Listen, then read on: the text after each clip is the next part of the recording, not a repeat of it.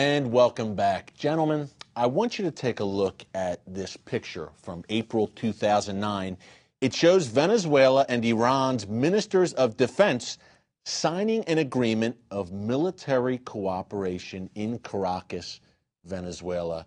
Roger, tell us a little bit about what some of that military cooperation between Venezuela and Iran entails. We do know that a part of this relationship is the development of a nuclear military program.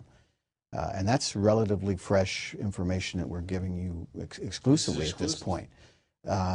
Because some of our sources are saying that the cover story about Russia, etc., initially Chavez denied that he was looking at a nuclear program, and 2 weeks later he signs with the Russians. He denied it at first, and then 2 weeks later he signs a massive nuclear deal with Russia. And some of our sources that are concerned with what he's up to in Venezuela, I'm not talking about opposition figures, I'm talking about people in the regime, have said, no, no, no, this is a military nuclear program. And you have sources close to this regime.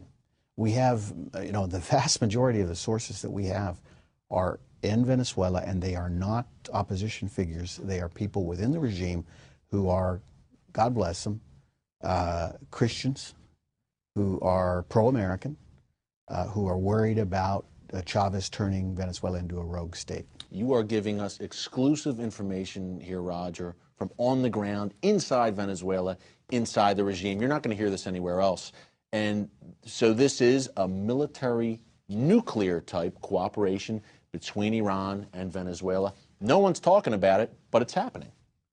It's an appalling situation that the United States doesn't seem to be paying attention to this problem at all. And I can't wait to address what the U.S., what the Obama administration is doing about this slight problem in our backyard. Back in 2006, when Hugo Chavez visited Tehran, he waxed very poetic about the fact that he liked how Iran does domestic security. What he was actually talking about was something called the Besiege. This is the Iranian regime's domestic militia. These are the guys that beat the protesters in the streets in the last year. Yes, in June 2009, that election, which Ahmadinejad, obviously flawed election to say the least, they were in the streets, this Besiege that Alon is referring to, literally cracking skulls and killing people, peaceful protesters, murdering.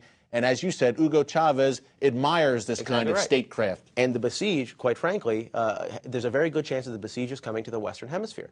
Because over the last several years, ever since that 2006 visit, there is circumstantial evidence that there are elements of the Iranian military on the ground training Venezuelan security forces in domestic security procedures. So if you liked the crackdown on the Green Movement, you're going to love what happens to the Venezuelan opposition. Okay, we're coming to Caracas. Roger, I wanted to ask you about a weapon shipment along these lines again, a massive weapon shipment seized by the Israelis last year. Massive, I believe 500 tons of weapons 500 coming tons. from Iran to Venezuela. Right. Well, it was from Venezuelan territory, left the port of Guanta in Venezuela, which is a port we understand that has a heavy Iranian security presence. The weapons were seized on the vessel Frankop by the Israelis. Big crates of material, including grenades and Katyusha rockets, some missiles of Iranian manufacture, bound apparently, according to Israeli sources, to Syria and eventually to Hezbollah. The crates were labeled in Spanish.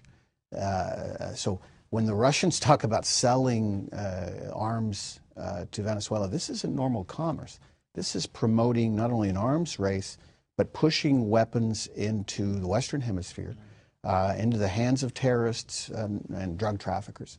And it's scandalous, actually, that that at the same time that Medvedev is eating hamburgers with President Obama, Putin goes to Caracas and does the real business. And we have nothing to say about this. $8 billion, I believe, in deals between Russia and Venezuela in the past few years. $8 billion between Russia and Venezuela will come.